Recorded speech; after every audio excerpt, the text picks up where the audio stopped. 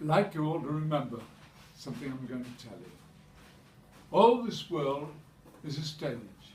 Now, that's what Shakespeare once said, and you'll find that it's very, very true. An actor's success might sometimes turn his head, and he thinks without him we can't do. But there's none in this race where we can't replace, from old age to youth in his teens. For instance, a sight that I witnessed one night in a theatre behind the scenes. Now the call boy was shouting and tense, announcing the play to commencement. The star cried, "Wait! I'm just a little bit late." But the curtain went up. And the show, it was great. "I'll never be ready," the star loudly cried. "Well, I wouldn't worry," the call boy replied, "because if you're displeased, you can pack up and get. The show will go on just the same, never fret. There's another fellow waiting just to take your place. He knows every line, every move on your face. The show doesn't depend on you to exist, and after you're gone, you'll never be missed." And you'll find it's just the same in your everyday life, because each one of us wants to play an important role. But striving for wealth, you could sacrifice your health. What for? Just to reach a high goal. And when your wealth you've attained and your purpose you gain, you're just like the fool in the play, because you think, no doubt, that without your presence, this world couldn't last, not a day. But just when you've made a big start, you may just be called to the part. But the world will go on just the same, never fret. Your absence, in fact, will break nobody's heart. And there you die. And you go to, it matters not where. Because a thoroughbred here is a thoroughbred there. And there's some bone found foolish and some penny wise. The 6 feet of earth makes us all the same size. Right. Now you may feel important down here when you exist, but after you're gone, you'll never be missed.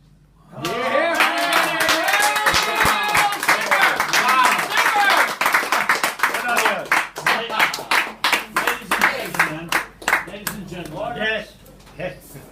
Bobby Dennis put me on the spot there by asking me to sing. Yeah, put and I never thought I'd dare sing it from Frank IFIELD, but I did, and that wasn't very good.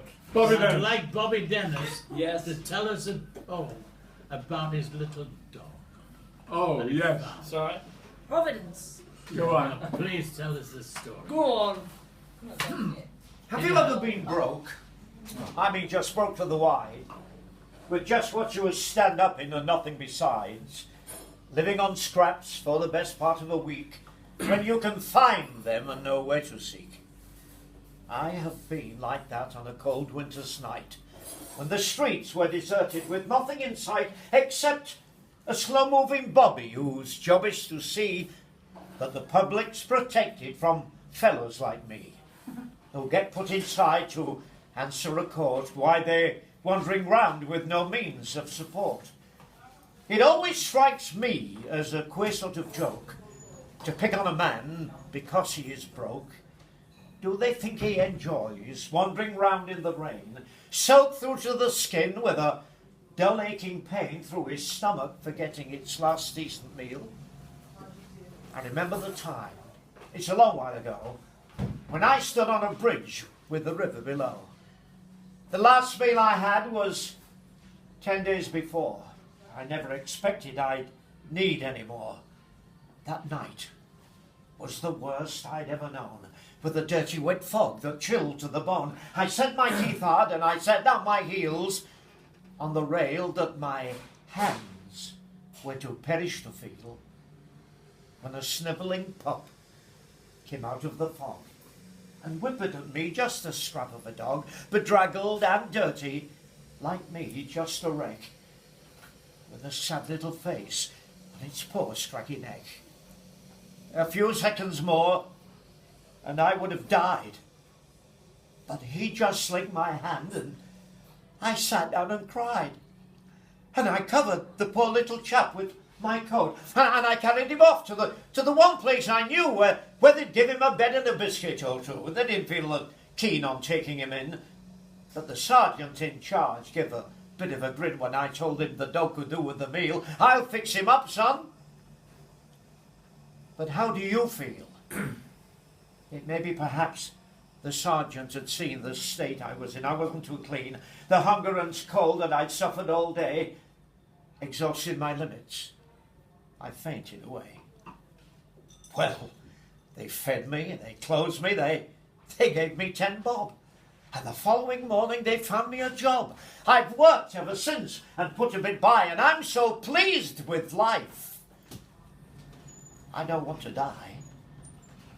I've a nice little house in a quiet little street, with a decent-sized garden that's always kept neat, with the pick of the flowers round a little old stone that stands in the corner all on its own. It bears an inscription, not very grand. The letters are crooked, but you'll understand. I wasn't quite steady. I couldn't quite see at the time that I carved it quite recently. Here are the words that I carved on the stone. Here lies my friend. When I was alone, hopeless, friendless, just lost in the fog, God saved my life with the help of a dog.